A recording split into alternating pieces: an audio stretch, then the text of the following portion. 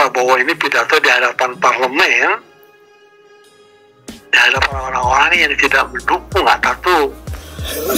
Kacau.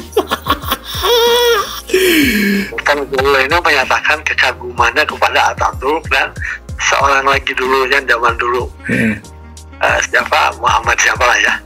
Nah, itu masalahnya, sehingga di Turki sendiri terjadi kontroversi. Oh, jadi bentar nih dipotong, diperjelas lagi ini ya. Jadi Bapak Prabowo datang ke Turki, beliau pidato di sana di hadapan parlemen DPR-nya orang Turki yang di mana mayoritasnya itu kontra dengan Atatürk.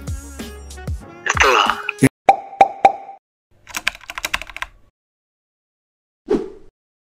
Oke, selamat datang di Suara Geri Podcast. Di sini ada cuitan yang menarik, ada dari X yang menarik, dari @oposisi 6890 yang berbunyi, Bapak mualaf satu ini nggak tahu sejarah Islam atau bagaimana, katanya. Anjay, bro, keras. Terus di sini tuh beliau ini tuh ngeposting dari, ada sumbernya dari YouTube Sekretariat Presiden atau Perspektif TV yang berbunyi di sini, pidato Prabowo di Turki, puji tokoh sekuler anti-Islam. Pahlawan saya, ikon saya adalah Mustafa Kemal Atatürk, katanya gitu, kata Bapak Prabowo. Dan di sini banyak komentar-komentar netizen yang menarik menurut gue ya. Dan di sini ada juga yang nanya sama si Grok, apa berita ini benar, Grok? Katanya, iya betul, berita ini benar pada 10 April 2025. Presiden Prabowo Subianto memuji Mustafa Kemal Atatürk dalam pidatonya di parlemen Turki. Katanya menyebutnya, Bapak Prabowo ini menyebutnya sebagai ikon dan pahlawan pada masa mudanya. Bersama Sultan Mehmed II, ini tuh didukung oleh laporan berita dan situs resmi pemerintah. Nah, namun pujian ini tuh menuai kontroversial karena warisan sekuler Atatürk yang oleh sebagian besar orang ini tuh dianggap sebagai bertentangan dengan nilai Islam, bro. Bapak Prabowo ini tuh fokus pada kepemimpinan historisnya, bukan isu agama atau untuk memperkuat hubungan Indonesia Turki. Jadi ini tuh Bapak Prabowo melihat sebagai leader ya Atatürk itu ya, bukan sebagai isu agama. Ini banyak komentar-komentar yang menarik, bro. Yang posting kayaknya nggak tahu sejarah kali, anjir. Di roasting lagi, bro. Jadi teman-teman nanti bisa cek aja langsung videonya di YouTube-nya, tadi udah gue sebutin ya. Lah, katanya di sini ada komentar dari Sastra Diputra. Lah, Mustafa Kemal masih dipuja di Turki, di sini aja yang dibanding-bandingin sama Erdogan gitu ya. Jadi buat teman-teman yang nggak tahu siapa sih Atatürk itu, gue juga termasuk awam lah ya di sini ya, nggak tahu siapa itu Atatürk. Nanti di sini kita akan podcast bersama dengan Caryato, bro. Cuman di sini gue akan ngobrol-ngobrol dulu, lihat dulu aja ini ocehan-ocehan netizen di Twitter seperti apa, bro ya. Siapa sih Mustafa Kemal Atatürk dari Bang Adi Lokajaya? Ini nanti kita bahas, bro. Ini dibahas sih. Banyak yang komen siapa itu Mustafa Atatürk, siapa itu Kemal Atatürk, katanya tuh. Terus di sini ada juga cuitan dari Dino Hart yang katanya lah dia itu bener lah udah betul gitu ya, Pak Prabowo itu muji Atatürk. Dia itu pahlawan bagi orang Turki, tanpa dia Turki mungkin hancur. Apakah benar, Grok? Ini juga nanti kita bahas, bukan sama si Grok tapi sama Caryato. Oke teman-teman, jadi di sini gua udah terhubung dengan line telepon dengan Caryato ya, brother. Jadi brother yang mau podcast juga bareng gua di sini tinggal tulis aja di kolom komentar dan DM IG gua. Kita akan ngebahas sesuatu yang seru lah. Kalau teman-teman juga punya bahas kenen atau topik pembahasan yang pengen kita bahas, diskusikan, bro. Jadi kita akan langsung bahas siapa sih Atatürk itu. Sebagai orang awam, mudah-mudahan gue juga paham apa yang akan dijelaskan oleh Caryato ini. Kita langsung sapa aja Caryatonya. Halo, assalamualaikum Caryato. Waalaikumsalam. Jadi Waalaikumsalam. Baik, alhamdulillah baik, katanya. Padahal belum ditanya ya, bro ya. Belum ditanya apa kabar, tapi udah ngejawab alhamdulillah baik, katanya tuh, bro. Jadi Caryato, ini kan ada isu tentang perdebatan Prabowo yang pro kontra lah tentang Atatürk ini Turki. Tolong dijelaskan pakai bahasa bayi, pakai bahasa anak SD biar gua juga ini sebagai orang awam mengerti, Pak Caryato. Gini Ger ya, saya harus jelaskan dulu tentang siapa itu Atatürk. Turki sebelumnya itu adalah kesultanan yang bernama Ottoman. Nah, ini pada saat Perang Dunia Pertama itu terjadi tahun 1914 sampai 1918 kan, Perang Dunia Pertama itu. Ini ada blok sekutu, Amerika dan kelompoknya ya, ada Soviet di situ, ada Inggris, ada Prancis, berhadapan dengan kelompok Jerman. Ada Bulgaria, ada Hungaria, dan salah satunya lah Ottoman. Dia berpihak ke kelompok Jerman. Oke. Lanjut. Nah, dalam perang dunia pertama ini kan Jerman kalah kan? Ya, blok sekutu Amerika dan kawan-kawannya yang menang. Nah, singkat cerita mungkin dari kelompok sekutu akan menjajah Ottoman lah, akan masuk ke negara Ottoman. Jadi sekutu ini berencana untuk menjajah Ottoman. Ya, mau masuk ke Ottoman. Nah, ini kan dilawan oleh Kesultanan Ottoman itu. Yang tampil adalah seorang jenderal namanya Mustafa Kemal. Mustafa Kemal ini memimpin pasukan melawan atau berhadapan dengan pasukan sekutu. Dan hebatnya dia berhasil mengusir sekutu untuk tidak masuk ke Ottoman itu. Wah, gila. Nah, dia berjasa sehingga dia sebut Mustafa Kemal ini pahlawan negaranya, karena bisa mengusir sekutu. Nah, akhirnya Mustafa Kemal ini diberi gelar, Ataturk. Jadi Ataturk itu gelar, bukan nama ya, bukan namanya Mustafa Kemal itu. Nah, apa artinya Ataturk? Ataturk itu adalah Turki. Ataturk itu artinya bapaknya orang Turki. Turki. Itu Ataturk gelarnya. Nah, dan karena memang punya power pada saat itu, akhirnya Mustafa Kemal, kita sebut saja Ataturk ya. Iya. Ataturk ini katakan mengubarkan Kesultanan Ottoman, dibubarkan sama dia. Kesultanan Ottoman dibubarkan sama Ataturk ini. Ya. Kenapa mesti dibubarkan? Ya. Pertanyaannya, bro. Ya, begini. Ataturk berprinsip bahwa kalau masih dalam bentuk kesultanan, namanya Ottoman waktu itu kan, itu negara tidak akan maju. Pertama, karena kalau sultan itu kan segala sesuatu berpusat ke sultan, keputusan ke sultan. Jadi kemajuan negara tergantung satu orang. Betul. Mending kalau sultannya itu mampu atau kompeten ya. Jadi kalau tidak ya negara ya seperti apa, mundur kan. Kemunduran terjadi di situ. Jadi memang harus ada kudeta atau dihancurkan, ini memang harus terjadi ya? Enggak, bukan ya. Orang menyebutnya bukan kudeta ya, tapi mungkin secara halus terjadi perubahan itu, dirubah. Revolusi. Ya, nah kemudian keduanya juga terjadi banyak korupsi oleh keluarga sultan ini. Pantesan lah. Sehingga pada saat itu sepakat mungkin militer ya, bahwa ini negara kesultanan ini harus dirubah kalau Ottoman ingin maju, dan dirubah namanya diganti jadi Turki.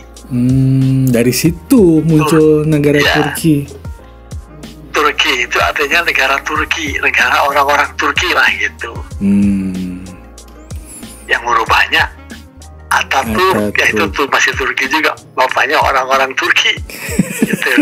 Jadi sebetulnya Ataturk ini tuh berjasa dong. Oh ya, pahlawan, seorang pahlawan berjasa. Tapi kan sekarang ya. Kenapa sekarang banyak yang kontraknya? Apakah kesultanan itu ada basisnya negara Islam atau gimana? Ya, ini kan saya mencoba menjelaskan gitu kan. Jadi gini, ya, jadi gini, karena tadi kalau kesultanan ini sesuai negara Islam kan, negara Islam itu pimpinnya khalifah atau sultan kan. Zaman dulu khalifah Abu Bakar kan, khalifah Utsman, khalifah Ali, khalifah Umar kan gitu kan. Nah sekarang ini ada kesultanan itu pemerintahan negara Islam. Justru Ottoman ini adalah negara Islam yang terakhir yang ada di dunia. Harusnya di awal dong. Anda harusnya menyebutkan ini tuh di awal. Kenapa di sini jadi saya baru tahu Ottoman itu negara Islam terakhir di dunia. Kenapa Anda tidak ngomongnya dari awal, bro? Ya biar nanya kan, biar tahu. Jadi tahu kan sekarang kan. Jadi Ottoman itu negara terakhir Islam di dunia sebelum direformasi atau revolusi lah ya. Jadi negara Turki. Ya. Nah, negara Islamnya sekarang di dunia tidak ada negara Islam. Arab? Lahirnya itu Ottoman. Arab itu Arab itu sebetulnya nanti harus dijelaskan sama saya. Arab itu bukan negara Islam tapi negara apa sebetulnya? Teokrasi. Apa tuh teokrasi? Seperti hanya Vatikan. Vatikan juga kan Katolik gitu. Itu negara teokrasi. Artinya begini, apa bedanya negara Islam dengan negara teokrasi? Negara Islam itu dipimpin oleh sultan atau khalifah. Zaman dulu kan khalifah ya. Aturan-aturannya aturan Islam, syariat Islam, hukum Islam yang dipakai oleh negara Islam. Kemudian sultan. Tapi negara teokrasi itu lebih dari Islam, lebih dari negara Islam. Artinya bedanya di sini. Kalau Arab itu dipimpin bisa oleh raja kan, raja Arab kan. Nah, negara teokrasi itu bisa presiden, bisa raja, bisa lain-lain. Tapi kalau Islam pasti sultan. Kalau sekarang ini bedanya. Ini negara Arab kenapa kita tidak disebut negara Islam? Karena dipimpin oleh raja sekarang, bukan sultan. Ada pemimpinnya gitu. Untuk birokrasi demokrasinya ya. Nah, siapa Ataturk ini mengubarkan Ottoman lah, begitu ya kurang lebih ya. Hilang Ottoman, diganti namanya jadi negara Republik Turki, negara modern. Presiden, jadi bukan sultan lagi, jadi presiden. Presiden birokrasi itu kan ada presiden sekarang. Iya, dan itu dia membuka diri sekarang ke dunia luar kan, tidak seperti dulu. Nah mungkin ini saya juga nggak tahu kenapa terlalu berlebihan. Gerakan Ataturk ini terlalu berlebihan karena dia tidak mau bekas-bekas Ottoman itu masih tinggal di rakyat. Bentar. Berlebihan gimana ini teh? Maksudnya tuh tindakan apa sih yang bikin kontra Ataturk ini tuh? Ya berlebihan nanti dulu karena mau dijelasin ini berlebihan sih. Sehingga Ataturk ini tidak mau bekas-bekas Ottoman ini membekas di rakyat. Sehingga dia membuat kan negara Islam ya, hijab dilarang. Itu kan berlebihan kan. Kemudian bahasa Arab yang tadinya mayoritas di Turki itu dihilangkan menjadi bahasa Turki. Wow. Huruf-huruf Arab jadi huruf Latin sama Ataturk ini. Bahkan azan aja bahasa Arab diganti oleh bahasa Turki. Ini berlebihan kan? Sehingga Turki ini negara sekuler betul. Nah, negara sekuler di dunia itu ada Prancis yang ketat ya. Karena hijab dilarang di Prancis kan, hijab dilarang. Di Turki dilarang hijab kan. Pada saat itu. Pada saat itu ya, dan juga kan bahasa Turki. Ini jelas mereka sekuler. Dan negara sekulernya tidak berarti melarang agama. Toh Turki sendiri agama Islam kan. Tapi tidak melarang perayaan Idul Fitri. Masih tetap orang kegiatan di masjid masih tetap boleh di Turki. di Perancis juga merayakan Natal atau apa tidak dilarang. Padahal dia sekuler murni, sekuler ketat di situ. Nah, jadi artinya sekuler di sini tidak berarti bahwa negara itu betul-betul melarang agama, tidak sama sekali. Sekuler itu memisahkan agama dengan pemerintahan. Ya. Tapi paham ya? Paham, tapi gini, masalahnya gini bro. Kalau Prancis itu memang dari dulu sudah jadi negara sekuler bro. Tapi ini Turki, Ottoman yang tadinya asalnya dia fanatik tentang agama dan segala macam dengan Islam ya bro ya. Terus diganti ke negara sekuler itu pasti kalau gua jadi negara bagian dari warga negara Turki itu pasti menjadi perdebatan di dalam diri sendiri. Loh kau ke negara gua jadi begini bro. Itu pasti ngamuk, orang-orang Turki sendiri ngamuk ini sama si Bapak Jenderal Atatürk ini bro. Bedanya itu, kalau Prancis itu memang dia udah jadi negara sekuler dari dulu. Tapi kalau si Turki ini kan dari negara Ottoman, asalnya negara Islam yang kesultanan tadi Bapak sebutkan itu. Jadi negara sekuler. Disitulah banyak penduduk negara, warga negara sana tuh yang kontra, yang emosi sama Atatürk ini bro. Anda cobalah tolong rasakan jadi warga negara Turki sekali-sekali ya bro ya. Betul kan? Betul nggak? Betul. Namanya dulu waktu jadi dia seorang pahlawan kemudian meromak jadi negara Turki, itu semua setuju apa? Tidak. Ya itu seperti yang dikatakan tadi, banyak orang yang tidak setuju tapi takut kan. Karena juga apalagi dia seorang pahlawan negara kan, yang meromak negara menjadi modern dan maju, memang jadi maju oleh Atatürk ini. Ini kembali kalau masuk ke Pak Prabowo itu mungkin Pak Prabowo melihatnya dari segi perjuangannya membuat berubah Ottoman jadi Turki dan negara menjadi maju. Mungkin itu Pak Prabowo itu melihatnya dari sisi itu, bukan dari segi agama, dari sekuler mungkin itu ya. Dan memang siapa orang terus dirombak jadi setuju. Dulu Islam langsung drastis tidak boleh hijab, ada aja dirubah. Mau berontak gimana? Takut dong. Di situ yang berkuasa kan militer. Di headshot nanti ya. Kalau ada yang ngelawan langsung dar. Nah, terus ada lagi nih, seru nih ceritanya apa lagi nih? Pada waktu awal-awal sih mungkin tidak nampak ya. Yang nampak bahwa Atatürk dianggap sebagai seorang pahlawan, dilulukan, bahkan patungnya aja ada di mana-mana. Patung Atatürk itu ada di kantor, ada di sekolah, ada di tempat umum, di mana-mana. Orang-orang yang tidak setuju ya diam saja pada saat itu mungkin kan? Oh, nggak berani karena Atatürk ini masih berkuasa waktu itu ya? Ya, di tahun 1920-an itu. Oh iya. Udah lama itu. Nah, ini mungkin sedikit-sedikit akhirnya sampai sekarang ini terbukti bahwa ada kelompok yang memang tidak menyukai Atatürk. Oposisi. Ya, jadi ada dua di situ. Ada yang mendukung tetap ada. Yang tidak mendukung juga jelas-jelas ada. Sekarang jelas terang-terangan. Oh, yang tadinya sayap di bawah tanah bergerak secara sembunyi-sembunyi karena udah lama gitu. Sekarang terang-terangan. Oh. Ya. Lanjut. Seru. Nah ini yang berkuasa ini, yang sekarang ini Erdogan itu ya, atau di Jeddah atau apa, Erdogan ini yang berkuasa di Turki sekarang, presiden ini, kelompok mayoritas di parlemen, DPR-nya itu kan, itu kelompok-kelompok yang tidak mendukung Atatürk. Oh, berkuasa mereka sekarang. Terus? Nah, Pak Prabowo ini pidato di hadapan parlemen, di hadapan orang-orang yang tidak mendukung Atatürk. Kacau.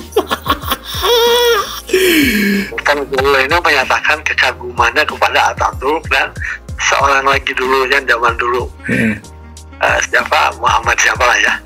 Nah, itu masalahnya, sehingga di Turki sendiri terjadi kontroversi. Oh, jadi bentar nih dipotong, diperjelas lagi ini ya. Jadi Bapak Prabowo datang ke Turki, beliau pidato di sana di hadapan parlemen DPR-nya orang Turki yang di mana mayoritasnya itu kontra dengan Atatürk. Yang tadinya di bawah tanah, sekarang udah terang-terangan jadi parlemen. Presidennya. Termasuk presidennya Erdogan. Erdogan. Ya. Lanjut. Keren. Ya. Nah, ini yang membuat kontroversi di Turki sendiri.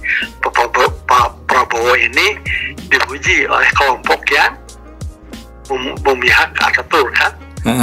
Hebat pidato Pak Prabowo kan. Iya. Tapi bagi mereka yang mayoritas tidak mendukung Ataturk, mereka kecewa dengan pidato. Iyalah, we can make everybody's happy itu. If you want to make everybody's happy, just sell an ice cream. Jadi kalau Anda mau menyenangkan semua orang, ya jualan es krim aja, bro. Setiap orang pasti senang, bro. Iya nggak, bro? Tapi kalau Anda ini kan punya statement ini, pasti ada orang yang setuju dan yang nggak setuju. Ini Pak Prabowo pasti udah tahu lah dengan konsekuensi itu, gitu ya. Lanjut, Pak Cariato, lanjut. Ya, memang Ataturk ini kan masih bergema ya di Turki ya, sampai sekarang. Jadi mungkin itu Pak Prabowo kalau nggak menyebut juga salah mungkin ya. Kalau tidak disebut juga masa sih nggak disebut gitu loh. Serba salah jadi presiden. Iya. Tapi bagi dia mungkin dia punya prinsip sendiri bahwa dengan memenuhi kekagumannya itu tidak menyentuh agama kan. Jadi dalam agama dia hanya menyentuh perjuangannya mungkin. Bahwa Ataturk perlu dicontoh kegigihannya merombak itu. Perjuangannya mengusir sekutu kan. Perjuangannya dalam dia itu begini, Ataturk itu masih muda, dia 50 berapa lah, hanya berkuasa 15 tahun. Singkat bagi seorang presiden di situ. Dia umur 40-an lah, 42, 43 dia jadi presiden pertama. Kemudian umur 58, 15 tahun dia meninggal. Jadi mungkin peromakan menuju ke arah menghilangkan sekuler mungkin ya, bertahap karena dia betul-betul radikal menghilangkan Ottoman itu. Mungkin belum tercapai sama dia. Belum meninggal dia Ataturk ini. Nah mungkin di konteksnya itu. Jadi kalau kita bicara Pak Prabowo benar atau tidak, dilihat dari sisi mana kita melihatnya. Kan betul. Kita itu negara sekuler, tapi kita memuji orang yang membuat negara itu sekuler kan, tapi melihatnya mungkin perjuangannya itu. Bukan dari sisi agamanya ya. Bukan dari sisi agamanya. Karena memang seorang presiden ini harus bisa bijak ya, nggak bisa lihat dari satu sudut pandang. Betul. Ada lagi Cariato yang diomongin nih yang penting-penting ada? Intinya saya kira itu. Kalau masalah Pak Prabowo. Oke, jadi kesimpulannya itu adalah Pak Prabowo itu mengagumi Ataturk itu dari segi kepemimpinannya, merubah negara Islam Ottoman ini tuh menjadi negara Republik Turki. Mungkin di situ ya Prabowo untuk mengagumi Ataturk ini. Oke, Cariato ada lagi? Saya kira cukup hanya tambahan bahwa Pak Prabowo sendiri mungkin militer ya. Ataturk militer. Jadi sesama militer, kemudian dia bilang sendiri, kalau Anda di Turki itu datang ke kantor saya, kalau Anda datang ke rumah saya, ada patung Ataturk di rumah saya kan. Itu saking kagumnya ke Ataturk. Pak Prabowo bilang begitu ya. Punya patung berarti ya? Ya punya patung. Oke lah. Jadi terima kasih waktunya Cariato. Besok kita juga podcast lagi ya. Kita juga akan podcast setiap hari seperti ini untuk ngebahas hal-hal yang seru dari X atau Twitter.